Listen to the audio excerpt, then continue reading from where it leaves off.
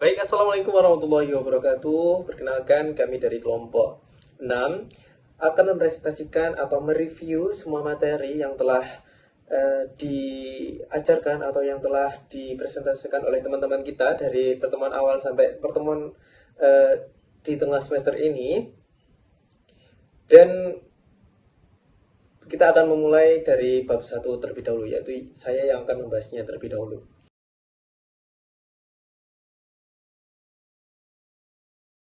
Nah, jadi di bab 1 ini uh, berjudul The Demand for Audit and Other Assurance Service.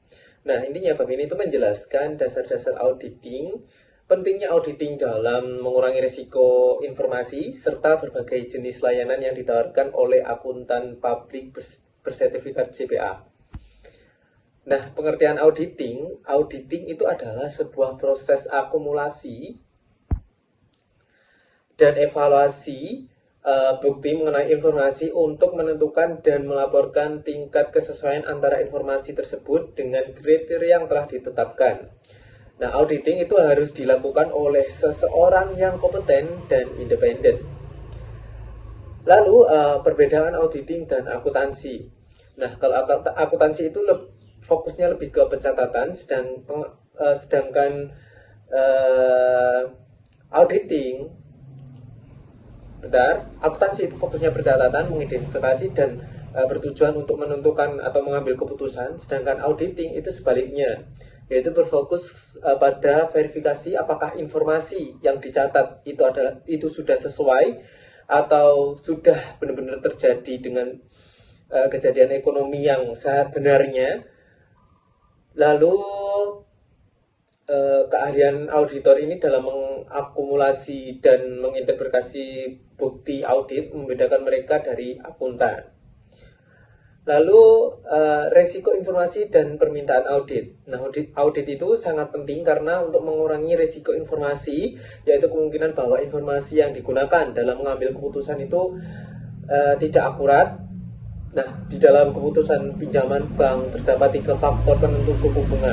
Yang pertama, suku bunga bebas risiko, risiko bisnis nasabah, risiko informasi yang dapat dikurangi melalui audit. Lalu, ada jenis-jenis audit. Nah, yang pertama audit operasional, yaitu mengevaluasi efisiensi dan efektivitas prosedur operasional. Lalu audit kepatuhan, yaitu menentukan apakah auditi itu mematuhi peraturan atau prosedur yang berlaku. Lalu audit laporan keuangan, yaitu memeriksa apakah laporan keuangan itu disajikan sesuai standar akuntansi yang berlaku, yaitu yang berlaku sekarang itu adalah IFRS. Lalu ada layanan assurance dan non-assurance. CPA itu menyediakan layanan atestasi atau audit laporan keuangan, audit pengendali internal, review laporan keuangan, dan layanan asuransi lainnya seperti pelaporan keberlanjutan atau ESG atau sustainable. Layanan non-asuransi meliputi akuntansi dan pembukuan, perpajakan, dan konsultasi manajemen. Lalu ada syarat-syarat untuk menjadi CPA. Nah, lisensi CPA itu mensyaratkan ada 3 hal utama, yaitu education atau pendidikan, umumnya gelarnya itu sarjana akuntansi. Lalu examination atau ujian, uniform CPA examination itu berbasis komputer. Lalu experience atau pengalaman, nah bervariasi antar negara bagian, umumnya hingga 2 tahun. Next, saya akan membahas bab 2, yaitu judulnya The CPA Profession. Nah, bab ini tuh membahas struktur organisasi firma CPA, peran berbagai badan regulasi, standar audit yang berlaku secara internasional dan nasional, serta pentingnya pengendalian kualitas dalam profesi akuntansi. Yang pertama, jenis dan aktivitas firma CPA. Terdapat lebih dari 46.000 CPA di Amerika Serikat dan dikelompokkan menjadi 3 kategori. Yang pertama adalah Big Four. Nah, Big Four ini mengaudit hampir semua perusahaan publik terbesar. Apa aja? Ada DOT, PwC, Ernst Young, KPMG. Lalu ada firma nasional atau regional, yaitu beroperasi di banyak kota besar, bersaing langsung dengan Big Four tentunya. Lalu ada firma lokal yaitu melayani klien skala kecil dan menengah berfokus pada audit, akuntansi, dan perpajakan. Lalu ada Sarbanes-Oxley Act and PCAOB. Nah, Sarbanes-Oxley Act merupakan undang-undang terpenting yang mempengaruhi profesi audit sejak tahun 1934. Nah, undang-undang ini itu membentuk Public Company Accounting Oversight Board atau PCAOB yang bertugas mengawasi auditor perusahaan publik, menetapkan standar audit, serta melakukan inspeksi atas firma dan keterlibatan audit. Nah, firma yang mengaudit lebih dari 100 perusahaan publik diinspeksi setiap tahun. Lalu ada Securities and Exchange Commission. SEC atau singkatan dari tadi yang saya sebutkan tadi adalah lembaga federal yang melindungi investor dengan mensyaratkan perusahaan publik itu melaporkan informasi keuangan yang telah diaudit. Laporan penting yang dikelola SEC antara lain adalah formulir S1 atau penerbitan sekuritas baru, formulir 10 strip K yaitu laporan tahunan, dan formulir 10Q atau laporan kuartalan, dan formulir 8K adalah peristiwa signifikan. SEC juga berpengaruh besar dalam penetapan GAAP bersama FASB. Selanjutnya adalah AICPA, AICPA, dan standar audit. American Institute of Certificate Public Accountants atau AICPA adalah asosiasi profesional terbesar bagi CPA di AS dengan lebih dari 430.000 anggota. AICPA menetapkan 4 area standar utama. Yang pertama, standar audit, Statement on Auditing Standard SAS untuk entitas non-publik, standar penyusunan kompilasi dan review laporan keuangan, dan lalu standar atestasi lainnya untuk informasi non-keuangan, dan kode etik profesional yang wajib dipatuhi oleh seluruh anggota. Lalu ada standar audit internasional dan AS. Terdapat tiga perangkat standar audit utama. Yang pertama International Standard on Auditing atau ISA dari EASB. Lalu IFAC untuk entitas dari luar AS. Lalu ada AICPA Auditing Standard atau GAAS untuk perusahaan swasta di AS, dan PCAOB Auditing Standard khusus untuk perusahaan publik AS dan Regristen SEC. Ketiganya sebagian besar konsisten satu sama lain dengan penyesuaian untuk kebutuhan regulasi lokal. Lalu pengendalian kualitas atau quality control. Pengendalian kualitas itu mencakup metode yang digunakan firma CPA untuk memastikan tanggung jawab profesionalnya terpenuhi. 6 elemen kunci pengendalian kualitas adalah yang pertama, tanggung jawab kepemimpinan atas kualitas, lalu persyaratan etika yang relevan, penerimaan dan keberlanjutan atau kelanjutan hubungan klien, lalu sumber daya manusia yang kompeten, pelaksanaan perikatan yang sesuai standar, dan monitoring keberlanjutan atas sistem pengendalian kualitas. Untuk bab-bab selanjutnya akan dijelaskan oleh rekan saya.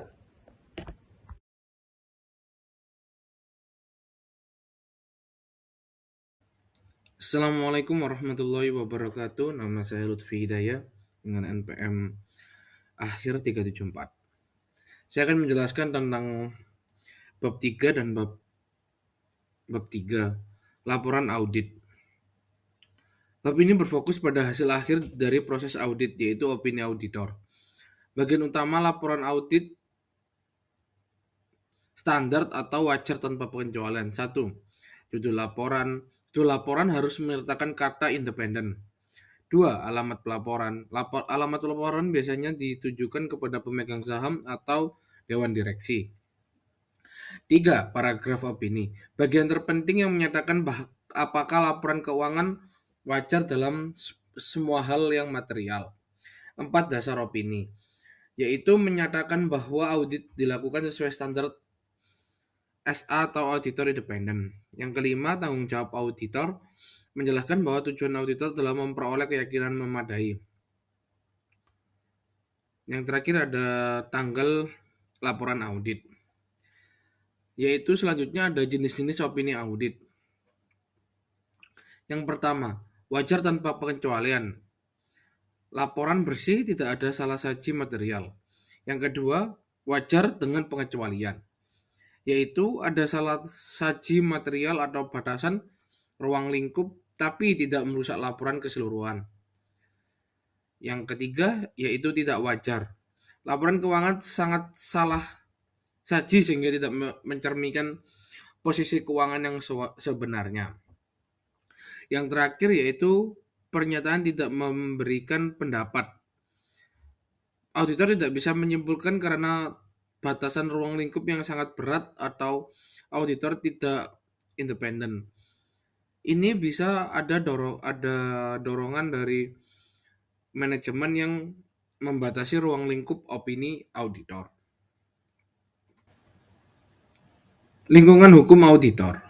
Profesi auditor berprofesi di lingkungan yang memiliki risiko hukum tinggi. Auditor seringkali dituntut oleh klien, investor, kreditor, atau pemerintahan ketika perusahaan mengalami kebangkrutan atau masalah keuangan. Hal ini sering terjadi karena adanya expectation gap atau kesenjangan harapan di mana publik menyatakan auditor menjamin kelangsungan hidup perusahaan, padahal auditor hanya memberikan opini kewajaran atas laporan keuangan. Ada 3 konsep penting yang disalahartikan, yaitu satu, kegagalan bisnis. Yaitu bisnis gagal membayar utang atau bangkrut karena kondisi keuangan atau manajemen yang buruk. Yang kedua ada resiko audit. Resiko di mana auditor menyimpulkan laporan keuangan sudah wajar, padahal sebenarnya masih ada salah saji material. Yang terakhir kegagalan audit, yaitu kesalahan auditor terjadi ketika auditor mengeluarkan opini yang salah karena gagal mematuhi standar auditor yang berlaku. Ada 4 sumber utama kewajiban hukum auditor, yaitu satu, kewajiban kepada klien. Klien dapat menuntut auditor karena melanggar kontrak atau kelalaian dalam menemukan fraud. Yang kedua ada kewajiban pada pihak ketiga, yaitu pihak ketiga seperti bank, kreditor, atau investor menuntut auditor karena mengalami kerugian setelah mengandalkan laporan keuangan yang diaudit secara keliru. Yang ketiga ada kewajiban perdata menurut hukum sekuritas. Tuntutan ini datang dari pemegang saham berdasarkan standar hukum ini sangat ketat bagi auditor perusahaan publik atau TBK. Kewajiban pidana. Auditor secara sadar dan sengaja dan niat jahat menerbitkan laporan audit yang salah untuk menipu pihak lainnya. Tetapi ada juga pembelaan untuk auditor dalam tuntutan hukum. Yang pertama adalah tidak ada kewajiban atau lack of duty. Auditor dapat berargumen bahwa mereka tidak memiliki kontrak langsung dan dengan pihak yang menuntut. Yang kedua adalah pelaksanaan kerja tanpa kelalaian. Seorang auditor dapat membuktikan bahwa mereka sudah melakukan audit sesuai dengan standar audit secara ketat. Yang ketiga yaitu kelalaian kontribusi. Auditor berargumen bahwa kerugian juga disebabkan oleh kelalaian klien sendiri. Yang terakhir yaitu ketidakadaan hubungan sebab akibat. Auditor membuktikan bahwa kerugian pihak ketiga disebabkan oleh hal lain, bukan karena kesalahan dalam laporan audit.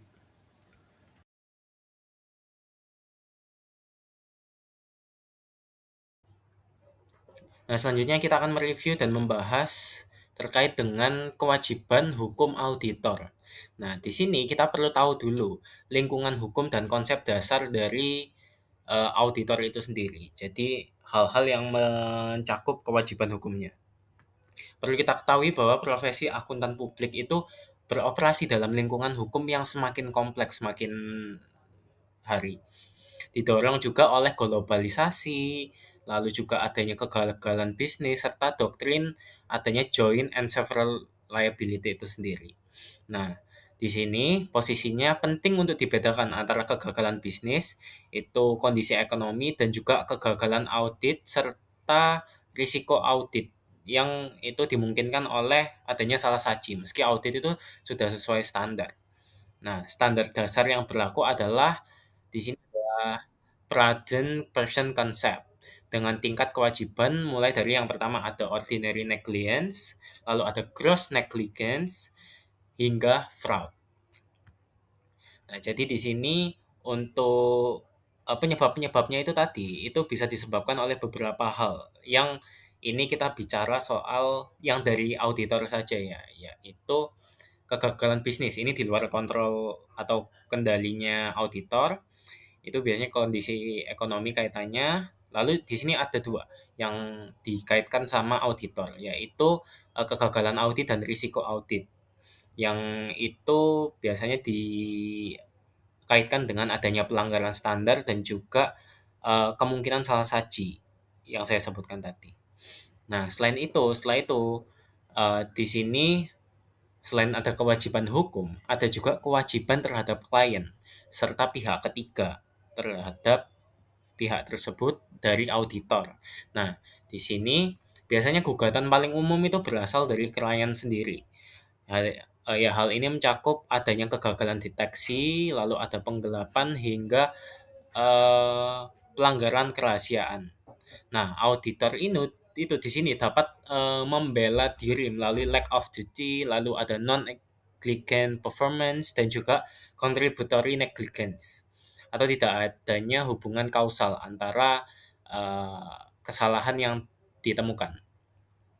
Nah, di sini terhadap pihak ketiga, tanggung jawab auditor itu ditentukan oleh 3 pendekatan, yaitu primary beneficiary atau sempit, lalu ada foreseen user.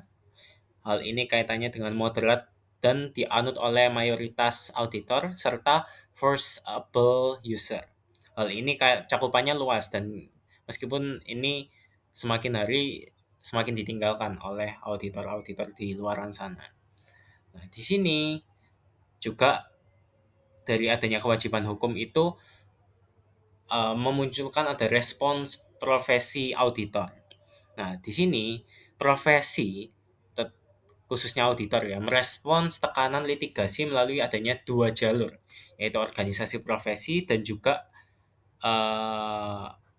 mengadvokasi undang-undang. Kalau yang organisasi profesi tadi kaitannya ketika mereka menemukan kesalahan, salah saji ataupun sebagainya bisa dilakukan revisi standar. Sedangkan untuk advokasi undang-undang seperti Private Securities Litigation Reform Act 1985 itu sudah sempat terjadi di tahun 1995. Hal itu untuk mengedukasi pengguna laporan keuangan. Nah, di sini secara individual auditor itu melindungi diri melalui selektivitas klien.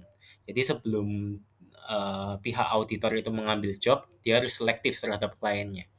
Lalu harus adanya independensi auditor, lalu ada pemahaman bisnis kliennya, jadi habit dan juga lingkungan bisnis kliennya itu harus dipahami untuk memperdalam pengetahuan-pengetahuan atau evidence dari auditor dan proses audit itu sendiri, serta dokumentasi audit yang lengkap dan berkualitas dari auditor. Nah, di sini dapat kita simpulkan bahwa keseimbangan antara tanggung jawab hukum dan juga biaya audit bagi masyarakat terus dibentuk oleh profesi legislatif dan juga pengadilan.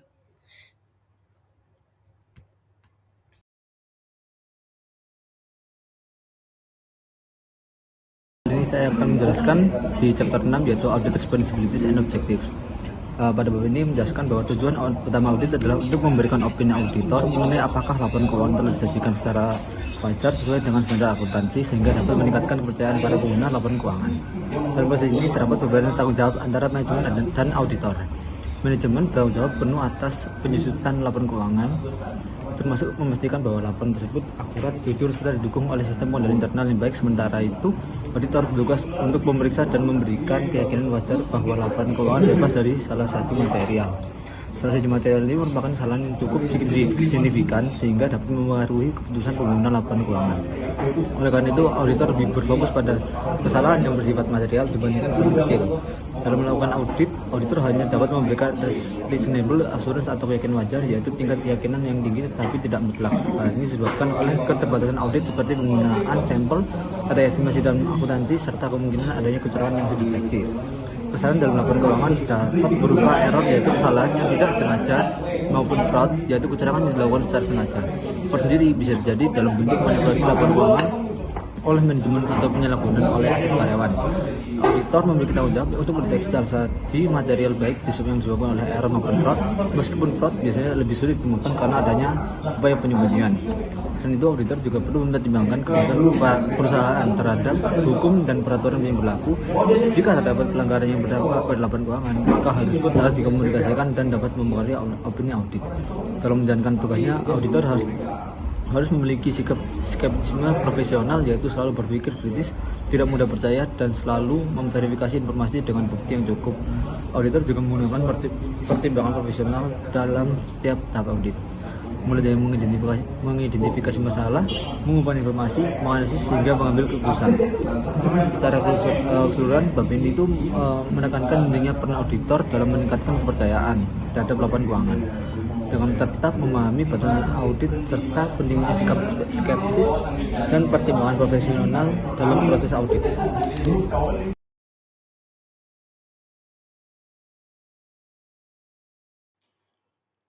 Baik, selanjutnya kita akan membahas mengenai kode etik akuntan publik. Nah, di sini pada dasarnya terdapat kode etik dan juga prinsip dasar dalam melakukan audit khususnya yang harus diterapkan dan juga diimplementasikan oleh akuntan publik. Di sini kode etik profesi khususnya pada AICPA itu dijadikan dasar landasan atau instrumen fundamental yang mengatur perilaku akuntan publik, yang kemudian terbagi menjadi 3 bagian sesuai kategori anggotanya, yaitu praktik publik, dunia bisnis, dan juga anggota lain.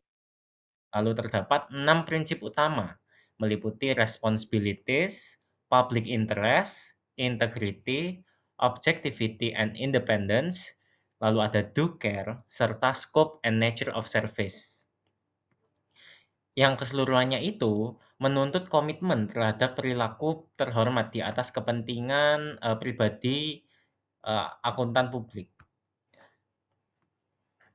Nah, di tingkat internasional ada salah satu organisasi yang menetapkan prinsip-prinsip juga, prinsip fundamental, yaitu IESBA yang menetapkan 5 prinsip fundamental, yaitu integritas, objektivitas, kompetensi, profesional, kerahasiaan, dan perilaku profesional, yang kemudian semuanya itu dijadikan prinsip fundamental dan dijadikan sebagai acuan global juga. Nah, selain itu di sini sebagai bagian dari kode etik akuntan publik terdapat independensi dan aturan etika lainnya. Nah, di sini dalam hal ini independensi itu merupakan aturan yang paling krusial, mencakup independence of mind atau kondisi batin yang tidak memihak. Jadi tidak boleh ada keberpihakan atau bias terhadap klien. Lalu ada independence in appearance atau persepsi pihak luar terhadap independensi auditor. Di sini melibatkan ada salah satu perjanjian, yaitu Sarbanes-Oxley Act, yang memperkuat persyaratan ini dengan melarang 9 kategori layanan non-audit bagi klien audit perusahaan publik. Juga mewajibkan rotasi partner setiap 5 tahun, juga memberdayakan komite audit dalam pengawasan auditor.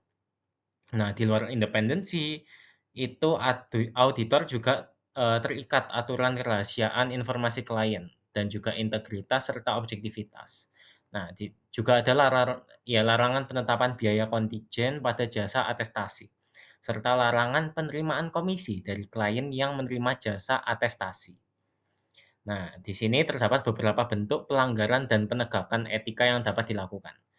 Sebelumnya kita perlu tahu dulu pelanggaran kode etik. Itu umumnya mencakup 5 kategori, yaitu pelanggaran independensi, pelanggaran kerahasiaan, lalu ada pelanggaran integritas dan objektivitas, pelanggaran biaya kontingen, serta tindakan tercela, seperti manipulasi dokumen audit atau penandatanganan dokumen palsu. Nah, di sini ada langkah penegakannya. dapat dilaksanakan melalui 3 jalur utama, yaitu di sini dapat dilakukan oleh salah satu organisasi, yaitu tadi AICPA, khususnya divisi etikanya ya, yang berwenang untuk menjatuhkan sanksi hingga pemecatan keanggotaan. Lalu di sini juga ada State Board of Accountancy yang dapat mencabut sertifikat CPA dan izin praktik. Juga ada organisasi PCAOB yang mengawasi firma audit publik atas kepatuhan terhadap SOX atau Sarbanes-Oxley Act. Nah, ketiga lapisan penegakan ini mencerminkan betapa adanya keseriusan komunitas profesional dari beberapa organisasi tadi ya, untuk juga memandang bahwa kepatuhan etika itu sebagai fondasi kepercayaan publik.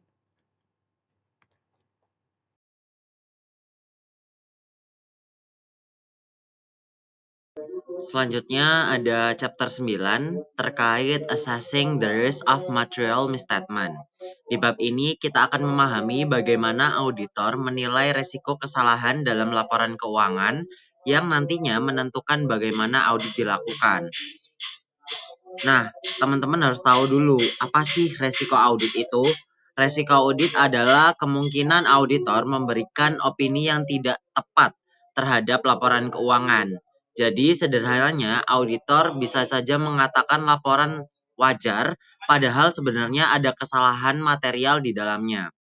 Karena itu, memahami resiko ini sangat penting agar auditor bisa merancang prosedur audit yang tepat. Nah, resiko audit terdiri dari 3 komponen. Yang pertama ada risk inherence atau inherent risk, yaitu resiko bawaan dari transaksi atau akun. Lalu ada resiko pengendalian, yaitu resiko karena sistem internal tidak efektif. Dan yang terakhir ada resiko deteksi atau detect risk, yaitu resiko auditor tidak menemukan kesalahan. Ketiganya saling berkaitan. Jika resiko inherent risk dan pengendalian tinggi, maka auditor harus menurunkan resiko deteksi dengan cara meningkatkan prosedur audit. Nah, pada level asersi, auditor fokus pada apakah laporan keuangan sudah sesuai dengan prinsip akuntansi. Contohnya seperti apakah aset benar-benar ada atau existence. Lalu apakah semua transaksi sudah dicatat. Nah, di tahap ini auditor mulai masuk lebih detail ke setiap akun. Selanjutnya, auditor melakukan beberapa prosedur untuk memahami resiko seperti wawancara, observasi, inspeksi dokumen, dan prosedur analitis. Tujuannya adalah memahami bisnis klien dan menemukan area yang berpotensi terjadinya kesalahan. Selain kesalahan biasa, resiko juga bisa berasal dari fraud atau kecurangan. Ini berbeda karena fraud dilakukan secara sengaja untuk menipu pengguna laporan keuangan. Dan yang membuat sulit adalah fraud biasanya disembunyikan dengan rapi. Makanya fraud ini jauh lebih sulit dideteksi dibandingkan human error. Ada 2 jenis utama fraud. Yang pertama ada fraudulent financial reporting atau manipulasi laporan keuangan. Lalu yang kedua ada misappropriation of asset atau penyalahgunaan aset. Yang pertama biasanya dilakukan oleh manajemen, sedangkan yang kedua biasanya dilakukan oleh karyawan. Contohnya kalau menaikkan laba itu biasanya level manajemen, tapi kalau nyuri kas kecil biasanya dari karyawan. Lalu ada dampak fraud itu sendiri. Dampak fraud itu sangat besar karena laporan keuangan jadi tidak dapat dipercaya. Perusahaan bisa rugi, kepercayaan investor turun, bahkan bisa berujung masalah hukum. Jadi fraud ini bukan cuma masalah akuntansi, tapi juga reputasi. Lalu ada beberapa cara untuk bisa mencegah fraud. Yang pertama ada pengendalian internal yang kuat. Lalu ada penerapan Good Corporate Governance atau GCG. Lalu melaksanakan atau melakukan audit internal secara berkala dan adanya budaya etika. Artinya pencegahan tidak hanya dari sistem tapi juga dari budaya organisasi. Selanjutnya ada resiko signifikan. Nah, resiko signifikan adalah resiko yang membutuhkan perhatian khusus dari auditor. Biasanya muncul dari transaksi tidak biasa, transaksi non-rutin, estimasi kompleks, dan pihak berelasi. Kalau auditor lihat sesuatu yang tidak biasa, itu biasanya langsung jadi red flag. Nah, ada juga transaksi non-rutin dan estimasi. Transaksi non-rutin beresiko tinggi karena jarang terjadi dan kompleks. Sedangkan estimasi akuntansi itu melibatkan asumsi seperti penilaian aset atau cadangan kerugian karena ada subjektivitas potensi salah saji jadi lebih besar. Lalu ada model resiko audit. Model resiko audit menunjukkan bahwa audit risk sama dengan inherent risk dikali control risk dikali detection risk. Artinya, jika resiko bawaan dan pengendalian tinggi, auditor harus menurunkan resiko deteksi dengan meningkatkan pengujian. Lalu ada resiko pengendalian. Resiko pengendalian adalah resiko bahwa sistem internal gagal mencegah atau mendeteksi kesalahan. Auditor menilai ini dengan memahami sistem, menilai desain, lalu menguji efektivitasnya. Jika pengendalian lemah, maka auditor tidak bisa terlalu bergantung pada sistem tersebut. Selanjutnya ada risiko inherence atau inherent risk. Ini adalah resiko bawaan yang sudah ada secara alami dalam suatu akun atau transaksi. Misalnya, persediaan lebih beresiko daripada kas, atau estimasi lebih beresiko daripada angka pasti. Auditor harus mengidentifikasi area yang paling rentan. Lalu ada faktor-faktor dari resiko inherence. Beberapa faktor itu mempengaruhi, yang pertama ada sifat bisnis, hasil audit sebelumnya, pengalaman auditor, transaksi kompleks, judgement, pihak relasi, komposisi data, dan juga fraud. Makin banyak faktor resiko, semakin tinggi kemungkinan salah saji. Lalu ada hubungan resiko, materialitas, dan bukti audit. Tiga hal ini saling berkaitan. Resiko itu kemungkinan salah saji. Kalau materialitas itu seberapa penting salah saji, sedangkan bukti audit itu untuk membuktikan. Nah, jika risiko tinggi, auditor butuh lebih banyak bukti dan kualitas bukti yang lebih kuat. Jadi kesimpulannya, penilaian resiko sangat penting karena menentukan fokus audit, prosedur audit, jumlah bukti yang dikumpulkan. Tanpa penilaian risiko yang baik, audit bisa menjadi tidak efektif. Selanjutnya akan dijelaskan oleh teman saya.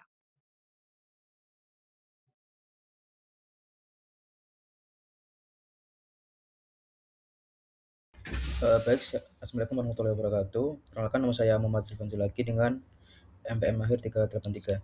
Di sini saya akan menjelaskan mengenai kecurangan dalam laporan keuangan. Jadi, kecurangan dalam laporan keuangan ini merupakan tindakan yang dilakukan secara sengaja untuk memanipulasi atau menyajikan informasi keuangan secara tidak benar demi kepentingan suatu pihak. Praktik ini biasanya dilakukan oleh manajemen dengan tujuan seperti menarik investor, memperoleh pinjaman, meningkatkan bonus atau menutupi kerugian perusahaan.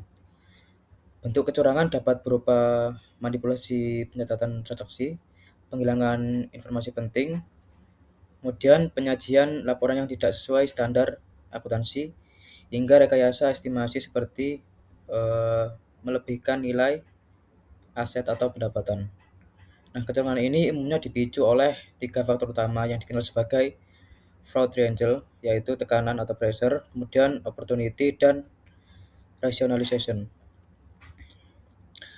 Kemudian dampaknya sangat merugikan perusahaan karena dapat menyebabkan kerugian finansial, merusak reputasi perusahaan, serta menurunkan kepercayaan publik. Oleh karena itu, diperlukan pengendalian internal yang kuat, audit yang efektif, serta penerapan etika bisnis yang baik untuk mencegah terjadinya kecurangan dalam laporan keuangan. Terima kasih.